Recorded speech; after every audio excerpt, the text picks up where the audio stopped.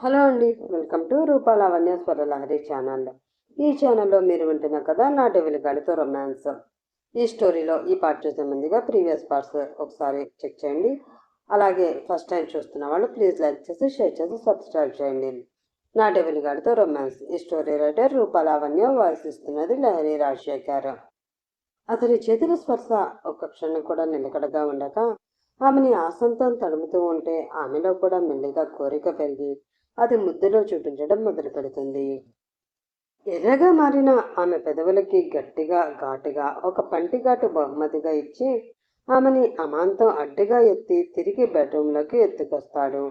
అప్పటికి ఇద్దరి బట్టలు పూర్తిగా తడిసిపోయాయి. మెడని గట్టిగా ఖర్చుకుపోయి అతని కళ్ళల్లోకి చూడలేక, డెవిల్ ప్లీజ్ ఇక్కడే దించు అంటుంది మెల్లిగా. ఇక్కడెందుకు బేబీ అంటూ ఆమె ఇష్టం లేదేమో అని ఆమె కళ్ళల్లోకి చూడాలని ప్రయత్నిస్తూ నడుముని చుట్టూ ఇంకాస్త పట్టు బిగిస్తాడు. కానీ మాయ తన బట్టలు పూర్తిగా తడిచిపోయాయి. ఇప్పుడు కనుక ఇలాగే వెళ్తే బెడ్ కూడా మొత్తం తడిసిపోతుంది అంటుంది. వెంటనే డెవిల్ పెదవులపై నవ్వు చేరుతుంది.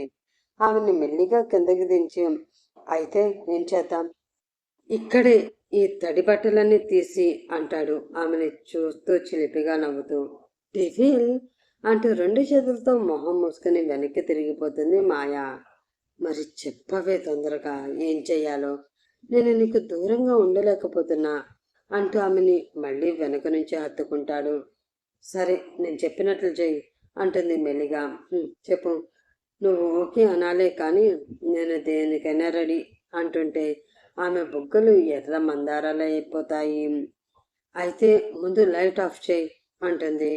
లైట్ ఆఫ్ చేయాలా? నెవర్, నాకు నా బేబీని మొత్తంగా చూడాలని ఉంది అంటూ అతని చేతులు ఆమె పొట్ట మీద నుండి మెల్లిగా పైకి పోనిస్తూ ఉంటాడు. చప్పున అతని చేతులు పట్టుకుని ప్లీజ్ డెవిల్ అంటుంది ముద్దుగా.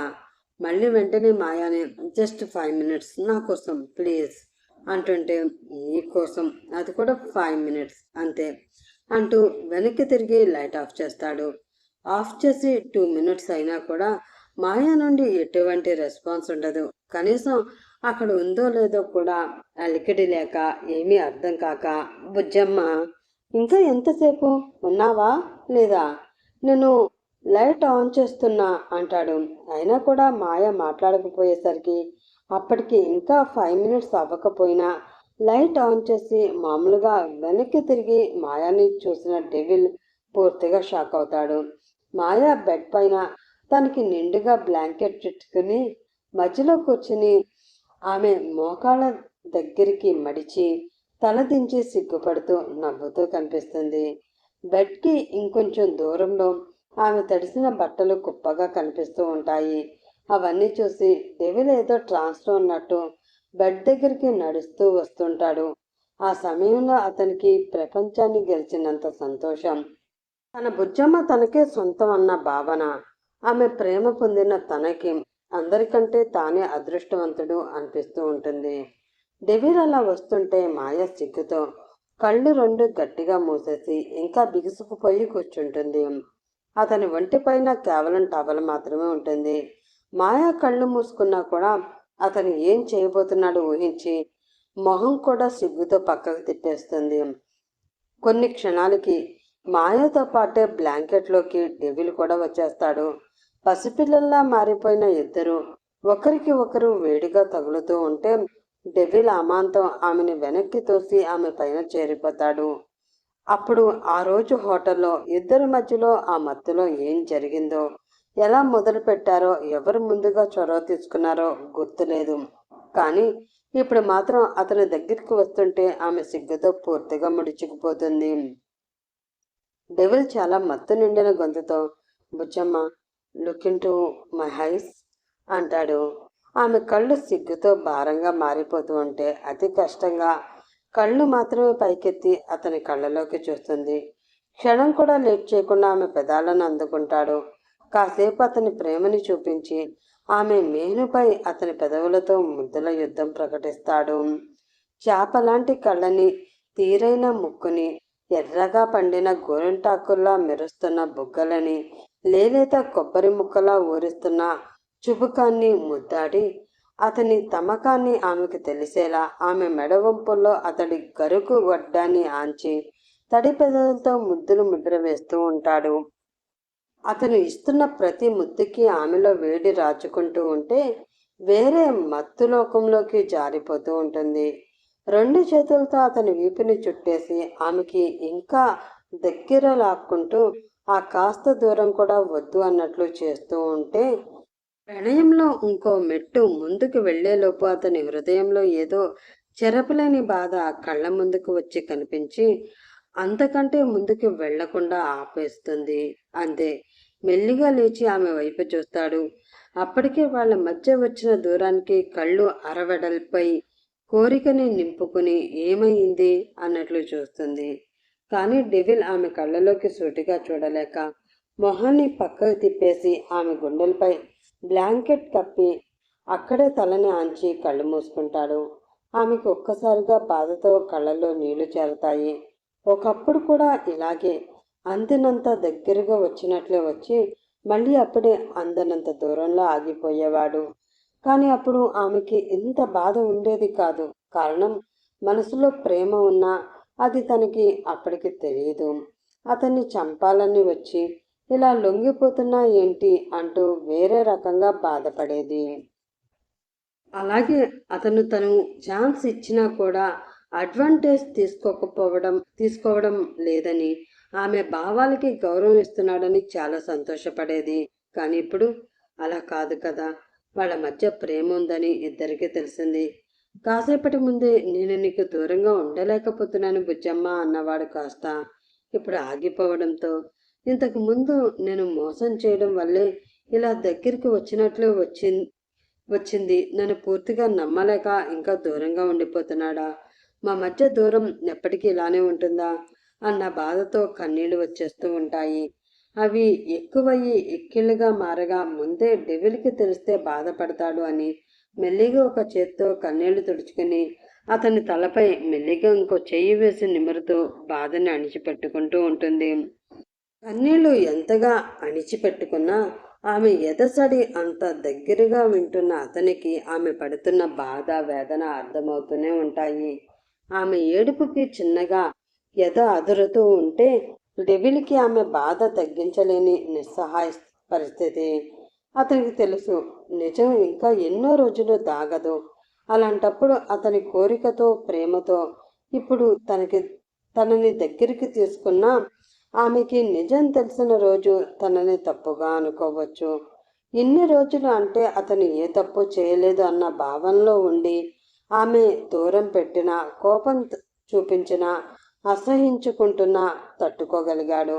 కానీ ఇప్పుడు ఆమె అతన్ని ప్రేమిస్తున్నా అని చెప్పింది. అతన్ని ప్రాణంలా ఊపిరిగా మారిపోయింది. కానీ ఇప్పుడు అతనే తెలిసి తప్పు చేస్తున్నాడు.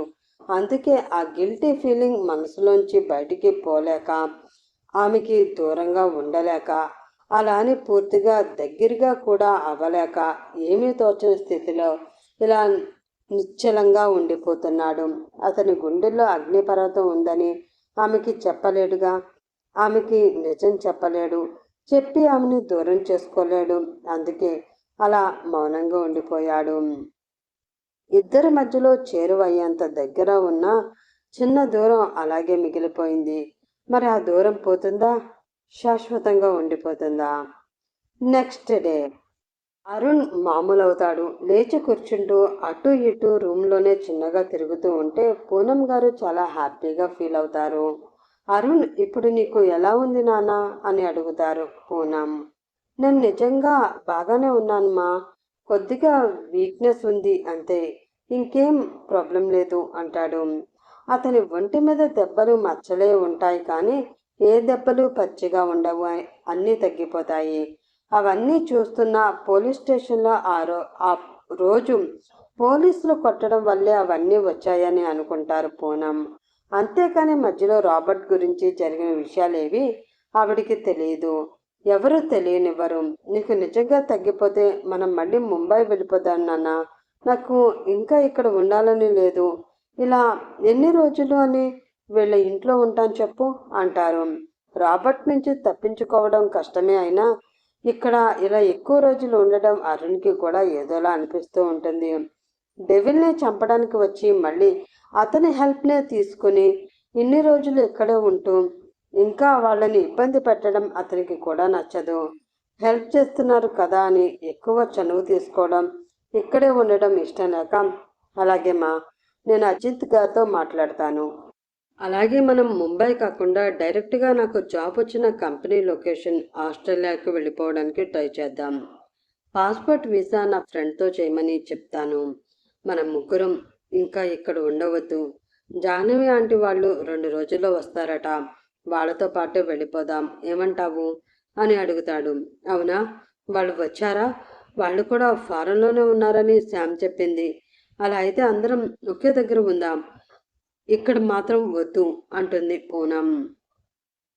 తెలివి ఇచ్చినప్పటి నుండి మాయాలో వచ్చిన మార్పు అరుణ్ కూడా చూశాడు కాబట్టి, అలాగే మా నువ్వు శామ్తో కూడా ఈ విషయం గురించి చెప్పు, 2 రోజుల్లో ఇక్కడి నుంచి వెళ్ళిపోదాం అంటాడు. అలాగే అరుణ్, నువ్వు నాకు ఇంకా ఏమైనా చెప్పాలా అని అడుగుతుంది పూనం. అరుణ్కి ఏమీ అర్థం కాక, నువ్వేమంటున్నావు మా, నాకు అర్థమయ్యేలా చెప్పు అంటూ అడుగుతాడు. రీతు గురించి నాకేమైనా చెప్పాలా అని అడుగుతున్నాన్రా అంటారు చిన్నగా నవ్వుతూ పూనం. అంతే, అరుణ్కి గుండె జారి లివర్ పక్కన పడుతుంది. గుటకలు మింగుతూ మా అంటాడు ఏడుపు గొంతుతో. నీ తిక్క చెల్లికి అర్థం కాకపోవచ్చు కానీ మొన్న వచ్చినప్పుడు ఆ పిల్ల కళ్ళల్లో నీ మీద ప్రేమను నేను చూశానురా. నిన్న కూడా రీతు ఫోన్ చేసినప్పుడు నీ కళ్ళు మొహం నా వైపే ఉన్నా చెవులు మాత్రం అటువైపే ఉండడం నేను గమనించలేదు అనుకుంటున్నావా? నాకంతా తెలుసులే అనగానే అరుణ్ మొహం వెలిగిపోతూ ఉంటుంది. రీతు చాలా మంచి పిల్ల, కానీ ఈ సమయంలో మనం ఇక్కడి నుంచి వెళుతున్నప్పుడు తనని వదిలి ఒంటరిగా వెళ్ళడం నాకు కూడా ఇష్టం లేదు. అందుకే వాళ్ళ ఇంట్లో మాట్లాడి తనకి తన వాళ్ళకి ఓకే అయితే అందరం కలిసి వెళ్ళిపోదాం, ఏమంటావ్ అని అడుగుతారు. కూర్చున్న వాడల్లా ముందుకు వంగి పూనంని గట్టిగా హత్తుకుని, థ్యాంక్ యూ మా, థ్యాంక్ యూ సో మచ్. అసలు నీకు ఈ విషయం ఎలా చెప్పాలో అర్థం కాక రీతు గురించి ఇప్పుడే ఆలోచించకూడదు అనుకున్నాను. మనం ఫారెన్ వెళ్ళాక మెల్లిగా చెప్పాలి అనుకున్నాను. కానీ నువ్వు అన్నట్లు తనను కూడా మనతో పాటు తీసుకువెళ్ళడమే మంచిది అంటాడు. ఇంకేం, వాళ్ళ అమ్మా నాన్నలకి ఇష్టమో కాదో కనుక్కో. వాళ్ళకి ఓకే అయితే పర్వాలేదు, లేదు అంటే తర్వాత వచ్చి రీతుని పెళ్లి చేసుకుని తీసుకువద్దు గాని అని అక్కడి నుంచి మాయతో మాట్లాడడానికి నవ్వుకుంటూ లేచి వెళ్ళిపోతుంది పూనం. అరుణికి గుండెల నుంచి పెద్ద బరువు దిగిపోయినట్లే అనిపిస్తుంది. ఇంకా అతనికి రాబర్ట్ గురించి తప్ప ఇంకే భయాలు ఉండవు. తనకి రీతు అంటే ఇష్టమని, అలాగే రీతుకి తనంటే ఇష్టము అని ఇద్దరు ఒకరికి ఒకరు చెప్పుకోకపోయినా ఇద్దరికీ తెలుసు. తను పూర్తిగా సెటిల్ అయిన తర్వాత ఇంట్లో చెప్పి ఒప్పించాలని అనుకుంటాడు. అందుకే ఫారెన్ అవకాశం వచ్చినా అమ్మ చెల్లి ఇద్దరే ఉంటారు అని కూడా ఆలోచించకుండా ధైర్యంగా ఒక అడుగు ముందుకు వేసి వెళ్ళాడు. కానీ అనుకోకుండా వాళ్ళ పరిస్థితులన్నీ మారిపోయాయి. ముందు అసలు రీతుతో మాట్లాడాలి అనుకుంటాడు. కానీ అతని దగ్గర మొబైల్ లేదని గుర్తొస్తుంది. సేమ్ వస్తే బాగుండును, దాని ఫోన్తో అయినా ఒకసారి రీతుతో మాట్లాడాలి అనుకుంటూ ఎదురు చూస్తూ కూర్చుంటాడు. రాత్రి ఇద్దరికి సరిగ్గా నిద్ర పట్టక ఎవరి ఆలోచనలో వాళ్ళు తెల్లారే వరకు గడిపేస్తారు. తెల్లవారుజామున నిద్రపట్టి ఇద్దరికి లేటుగా తెలివి వచ్చి చూసుకుంటే ఎలా పడుకున్నారో అలాగే ఉంటారు. రాత్రంతా అతని బరువు ఆమె మీదే ఉండడం వల్ల మాయకి కొద్దిగా నడుము నొప్పిగా అనిపిస్తూ ఉంటుంది. చిన్నగా కదలగానే టెబిల్ మెల్లిగా లేచి పక్కకు జరుగుతాడు. ఎందుకు దూరంగా ఉన్నాడో అతను చెప్తాడని ఎదురు చూస్తూ మాయ కూడా ఏమీ అడగక, డెవిల్ బాగా లేట్ అయినట్లుంది, నేను లేస్తాను అంటుంది. ఆమె ఎందుకు దూరంగా ఉన్నావు అంటే ఇప్పుడు సమాధానం చెప్పలేడు కాబట్టి డెవిల్ కూడా ఏమీ అనలేక అలాగే అని మళ్ళీ పక్కకు తిరిగి పడుకుంటాడు. బెడ్ నుంచి బ్లాంకెట్ తీసి కొద్దిగా కాళ్ళ కింద పెట్టగానే ఎదురుగా ఆమె తడి బట్టలు కనిపిస్తాయి. నైట్ జరిగిందే మళ్ళీ గుర్తొచ్చి ఆమె గుండెలో దుఃఖం ఒక్కసారిగా పొంగుకొస్తుంది. కానీ తాను తమాయించుకుని మెల్లిగా లేచి చేతికి అందే అంత దూరంలో కనిపిస్తున్న టవల్ అందుకుని వాష్రూంలోకి పరుగు పెడుతుంది. ఆమె బాధ అతనికి అర్థమవుతున్నా మెల్లిగా అదంతా మర్చిపోయి తన భుజంతో కొంచెంసేపైనా మళ్ళీ సంతోషంగా ఉండాలని డెవిల్ కూడా లేచి డ్రెస్ చేసుకుంటూ ఉంటాడు. కాసేపట్లోనే మాయ రెడీ అయి వస్తే బుజ్జమ్మ అంటూ మెల్లిగా పిలుస్తాడు. టవల్తో ఆమె తడి ఆరని జుట్టు తుడుచుకుంటూ ఏంటి డెవిల్ అంటూ ముందుకు వస్తుంది. ఆమె ఊహించినంతగా గాలి కూడా వారిద్దరి మధ్య చొరబడనంత బిగి కవిలిలో ఆమెను బంధించి నన్ను క్షమించు బుజ్జమ్మ అంటాడు. అతని గొంతులో బాధ ఆమెకు తెలుస్తుంటే అతని వీపు చుట్టూ చేతులు బిగించి నేను హాస్పిటల్లో ఉన్నప్పటి నుంచి చూస్తున్నాను. నీకేమైంది డెవిల్? దగ్గరగా ఉంటున్నావు, అసలు వదలడం లేదు, కానీ దేనికో భయపడుతున్నావు. నాకు ఏ విషయం చెప్పడం లేదు. నేను చేసింది ఇంకా నువ్వు మర్చిపోలేకపోతున్నావా అని అడుగుతుంది ఆమె బాధగా. లేదు బుజ్జమ్మ, అలా ఏం కాదు. నువ్వు నా మీద కోపంగా ఉన్నప్పుడే నాకు నీ మీద కోపం లేదు. అలాంటిది ఇప్పుడెందుకు ఉంటుంది? నాలో ఉన్న భయం ఒకటే, ఎక్కడ నువ్వు నాకు దూరం అయిపోతావో అని, అంతే. పైకి చెప్తే అందరూ నవ్వచ్చు, ఎందుకంటే నాకు కూడా ఇలాంటి ఫీలింగ్స్ ఉన్నాయని నువ్వు నా జీవితంలోకి వచ్చే వరకు నాకు కూడా తెలియదు. నిజంగానే బయట వాళ్ళందరికీ నేను డెవిల్ లాగానే కనిపిస్తాను. నాలో ఉన్న ఫీలింగ్స్ ఎవరికీ కనిపించనివ్వను. కానీ నాకే తెలియనందుగా నీ దగ్గర వీక్ అయిపోయానురా. నువ్వు లేకపోతే బహుశా నా ఊపిరి కూడా ఆడదేమో అనిపిస్తూ ఉంటుంది అనగానే ఒక్కసారిగా వెనక్కి జరిగి అతని పెదవులు ఆమె చేత్తో మూసి, ఏమైంది డెవిల్? ఎందుకు అలా అంటున్నావు? అయినా నేను ఎందుకు నీకు దూరంగా వెళ్తాను? వెళ్ళను, అస్సలు వెళ్ళను. ఎప్పుడూ నీతోనే ఉంటాను. నువ్వు మాత్రం అలా మాట్లాడకు ప్లీజ్ అంటూ ఆమె ప్రేమని చూపించడానికి అతని పెదవులు అందుకోబోతుంది. సరిగ్గా అప్పుడే కింద నుంచి ఎవరివో గట్టిగా అరుపులు కేకలు వినిపిస్తాయి. మన రీతు వచ్చినట్లు ఈరోజు మళ్ళీ ఎవరు వచ్చారు అనుకుంటూ మాయా డెవిల్ని వదిలి దూరం జరుగుతూ ఉంటుంది. కానీ డెవిల్ ఆమె చేతిని చాలా గట్టిగా పట్టుకుని ఆపేస్తాడు. అతని కళ్ళల్లో చెప్పలేనంత బాధ కనిపిస్తూ ఉంటుంది. అదెందుకో ఆ క్షణంలో ఆమెకి కూడా అర్థం కాదు. మరొక నిమిషంలోనే వీళ్ళున్న డోర్ బయట నుండి ఎవరో గట్టిగా కొడుతూ ఉంటారు. డెవిల్ ఎవరు వచ్చారు? వదులు అంటూ చెయ్యి విడిపించుకోవడానికి ప్రయత్నిస్తున్నా డెవిల్ దిగులుగా మొహం పెట్టి చాలా గట్టిగా పట్టుకుంటాడు. ఏమైంది? నేను ఇప్పుడే వచ్చేస్తానుగా, ఉండు అంటూ ఎదురుగా వెళ్ళి డోర్ ఓపెన్ చేస్తుంది మాయా. ఇక్కడ డెవిల్ వెనక్కి తిరిగిపోయి కళ్ళల్లో నుండి వస్తున్న నీళ్లు ఆపుకోవడానికి ప్రయత్నిస్తూ ఉంటాడు. అక్కడ ఎదురుగా ఏడుస్తున్న పూనం గారు, ఆమె పక్కన ఎవరో పొడుగ్గా గెడ్డం పెంచుకుని తన వైపే ఆర్తిగా చూస్తున్న కళ్ళు. ముందు ఎవరో తెలుసుకోలేకపోయినా ఆ తర్వాత ఆ వ్యక్తిని చూసి మాయ కళ్ళు వెడల్పవుతాయి. గుండె వేగం విపరీతంగా పెరిగిపోతుంది. అప్రయత్నంగా ఆమె నోటి నుండి వస్తుంది, రోహన్, నువ్వు నువ్వు బ్రతికే ఉన్నావా అని. ఇది ఫ్రెండ్స్, నేను మొన్న చెప్పిన ట్విస్ట్ చూసారా? ఎంత పెద్ద ట్విస్ట్ పెట్టి మనల్ని బ్రెయిన్ని రూపా గారు ఎలా ఆడేసుకుంటున్నారో. ఈ టైంలో రోహన్ బ్రతికి వస్తే ఇప్పుడు తన పరిస్థితి ఏంటి అసలు? మాయ ఇప్పుడు ఏం చేయాలి తెలుసుకోవాలంటే మరి నెక్స్ట్ ఎపిసోడ్ కోసం వెయిట్ చేస్తూ ఉండాలి. నేను కూడా వెయిట్ చేస్తూ ఉంటాను. రూపా గారిని గట్టిగా తిట్టుకుంటూ మీరు కూడా వెయిట్ చేస్తూ ఉండండి.